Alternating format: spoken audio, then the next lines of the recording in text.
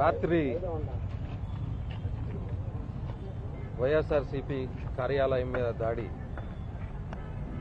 చూస్తూ ఉంటే ఈ ప్రజాస్వామ్యాన్ని ఎలా అపహాస్యం చేస్తున్నారో టీడీపీ వాళ్ళు స్పష్టంగా అర్థమవుతారు. న్యూ ఇయర్ వేడుకలు అని చెప్పి సరే తిరగచ్చు, పార్టీ జెండాలు పట్టుకొని రోడ్ల మీద విచ్చలవిడిగా తిరుగుతూ ఒక ప్రీ ప్లాన్డ్గా ఇక్కడ ఆఫీస్ ఓపెన్ చేయడం జీర్ణించుకోలేక ప్రీ ప్లాన్డ్గా రాళ్లు ఎక్కడి నుండో రాళ్లు తీసుకొని వచ్చి మరి సుమారు గంట విడది ఇక్కడే ఉండి పోలీసులు చెప్తున్నా వెళ్లకుండా రాళ్లతో ఆఫీస్ మీద దాడి చేయడం నిజంగా చాలా ఏహమైన చర్య ఇది. అంటే వాళ్ళు ఇప్పటికే చెప్తా ఉన్నారు, రేపు ఫ్యూచర్లో మేము గనక వస్తే ఏమవుతుంది, మేమేం చేయబోతున్నాం అన్న దానికి ఒక సింపుల్ ఎగ్జాంపుల్గా ఇది చూపిస్తున్నామని వాళ్ళు రాత్రి జరిగిన సంఘటన ఇది సాక్ష్యం. ఇలాంటి రౌడీ మూకల్ని, ఇలాంటి టీడీపీ రౌడీ మూకల్ని ప్రజలు క్షమించకూడదు.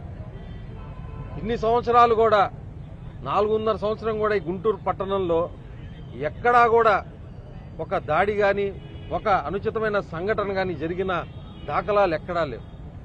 ఈరోజు ఎలక్షన్లు వస్తూ ఉన్నాయి, వాళ్ళ ప్రతాపం చూపియాలా, భయభ్రాంతులు చేయాలా, ఇది మా కంచుకోట, మా ఈ కోట అని చెప్పుకొని ఈ దాడులకు పాల్పడి, అంటే ఒక మహిళని ఇక్కడ తీసుకురొచ్చి ఒక బీసీ మహిళని తీసుకొచ్చి ఇక్కడ పోటీకి పెట్టడం కూడా వాళ్ళకి ఒక జీర్ణించుకోలేని పరిస్థితి వాళ్ళ స్పష్టంగా అర్థమవుతా ఉంది.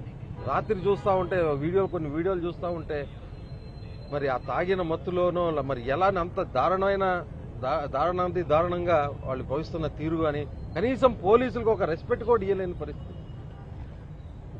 పోలీస్ డిపార్ట్మెంట్ కూడా కనీసం ఒక రెస్పెక్ట్ కూడా లేకుండా వాళ్ళు చేస్తున్న పనులు చూస్తూ ఉంటే రేపు మరి ఫ్యూచర్ ఎలా ఉంటుందో కూడా అర్థం కాని పరిస్థితి ఏర్పడింది.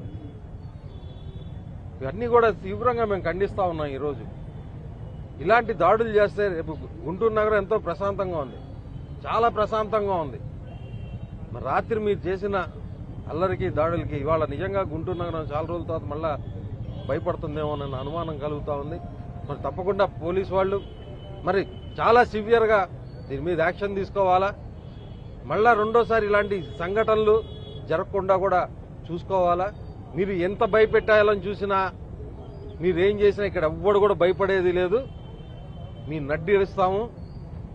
ఇవాళ రాత్రి జరిగిన సంఘటన చూసి ప్రజలే మీ నడ్డి ఇచ్చే రోజులు కూడా దగ్గరలోనే ఉన్నాయి అని కూడా తెలియజేస్తూ, అలాగే ఎవరు కూడా ఇక్కడ మనోధైర్యం కోల్పాల్సిన అవసరం లేదు. తప్పకుండా ఇక్కడున్న ప్రజానీకానికి కానివ్వండి, పార్టీ నాయకులు కానివ్వండి, పార్టీ కేడర్గా అందరికీ కూడా మరి తప్పకుండా రజనీ గారు మేము ఎప్పుడు కూడా సపోర్టుగా ఉంటామని కూడా మరోసారి తెలియజేసుకుంటాం. ఎన్నికలు వచ్చినప్పుడల్లా ఎలా చేస్తున్నారు? లాస్ట్ టైం మున్సిపల్ ఎన్నికల్లో ఇక్కడే మోదుగులు గారు కార్లు పాల్గొట్టారు వస్తున్నాయి.